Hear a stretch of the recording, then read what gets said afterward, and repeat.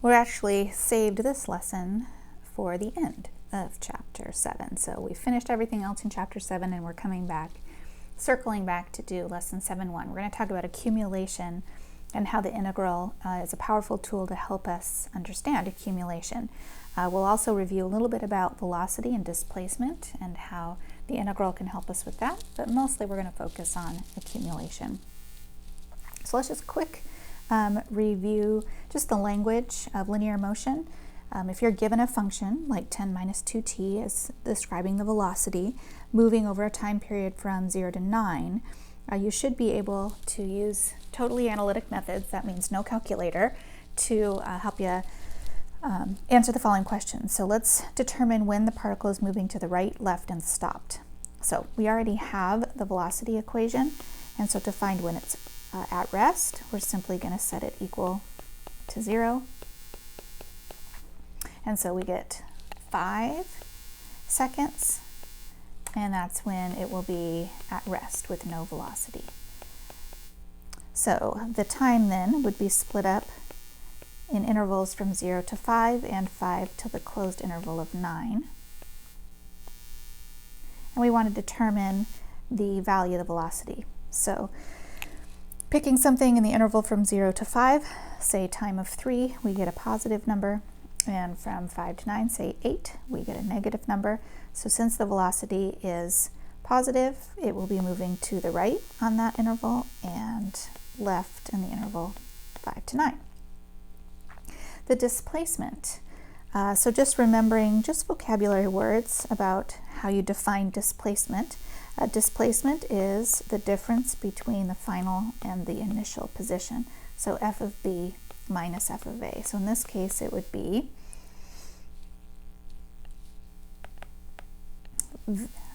f of 9 minus f of 0. But we only have the velocity equation, so how can we get to that? And so we use the integral feature from 0 to 9 to integrate our velocity. And you could do that by hand, or you can use a Math 9 feature, which gives me 9 meters. So the difference between the position when it started and the position when it ended is a total of 9 meters. Now it may have traveled more than that, but that's its displacement. So what would its final resting place be if it had an initial condition of 3? And so we use the integral again. So if we want the final position, now we have 3 plus the integral from 0 to 9 of v of t dt. So 3 plus 9, so that would be 12 meters. And then we get to the what's the total distance. Okay, total is also the use of an integral, but it also takes into account the absolute value, because it could be going left and right. And so, of course, we know that it is going left and right. So how far did it travel? How many total steps, right? If you're a step counter kind of person. So use the absolute value feature of your calculator to do that. In which case, we get approximately 41 meters. Actually, I can say it's exact. We get 40.9999. And so if I'm rounding to significant, the third decimal place, then I can say 41 meters. So we'll use our absolute value. If you want to do it by hand, then you would need to break up the intervals from 0 to 5 and then from 5 to 9. And in the interval where it is traveling to the right, the velocity can stay the same. But in the interval where it's traveling to the left, you need to work with the opposite velocity. Okay, so if you want to do it by hand, just make sure you break up your interval accordingly.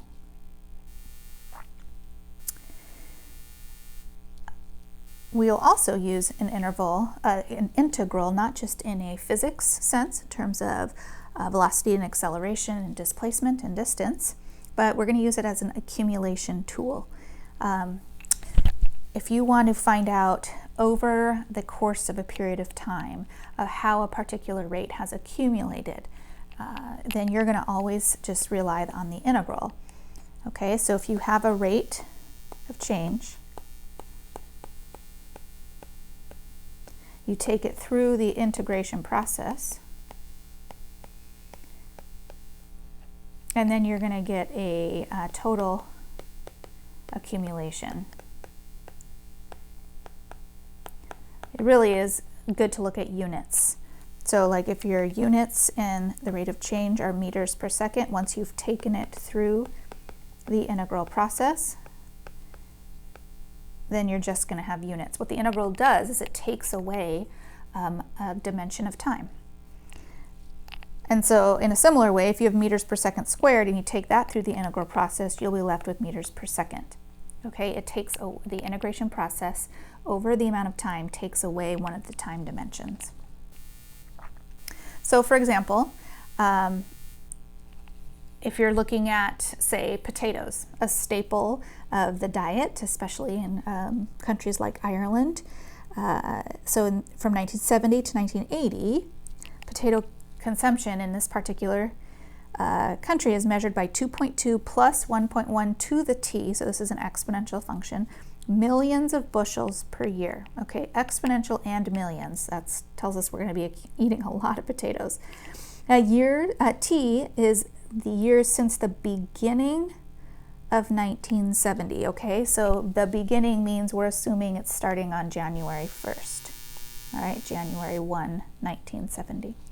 So how many bushels were consumed from the beginning of 1972 to the end of 1975? So you got to watch your time interval here. So we're going to take our bushels per year. We're going to put that through the integral process, and we're going to end up with bushels, which is how many that I want. Okay? All right, so we're going to set up 2.2 plus 1.1 to the t dt, and now our bounds. Our bounds are going from the beginning of 1972. So t is measuring how many years have passed since the beginning of 1970. So since the beginning of, now we're to the beginning of 1972, that's 2 years. When we get to the end of 1975, okay, we're 1 day away from the beginning of 1976. So we're really close.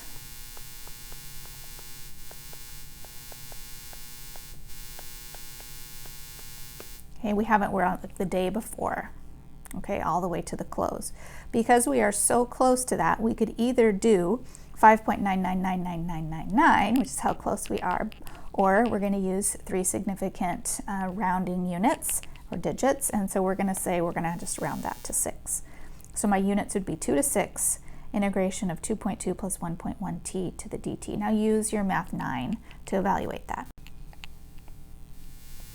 So we'll get approximately 14.692. Okay, but that's representing millions. So it's not just 14.692 bushels, it's 14.692 millions of bushels per year. Which, to put that into context, 14,692 bushels. Oh, not per year, sorry. Erase that part. Just bushels. Okay, our accumulated total over that 4-year time period. So some of these things you'll work with, you will not have your calculator, but a lot of them you will. Set up the integral, and then from there you can use Math 9 and round it to, excuse me, 3 decimal places. Look at the 4th, round to the 3rd. All right, I will see you guys on Thursday.